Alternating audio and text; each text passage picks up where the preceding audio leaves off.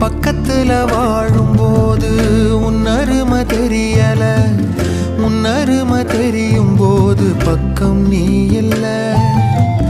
தன்னந்தனி படகு போல தத்தளிக்கும் வாழ்க்கை போல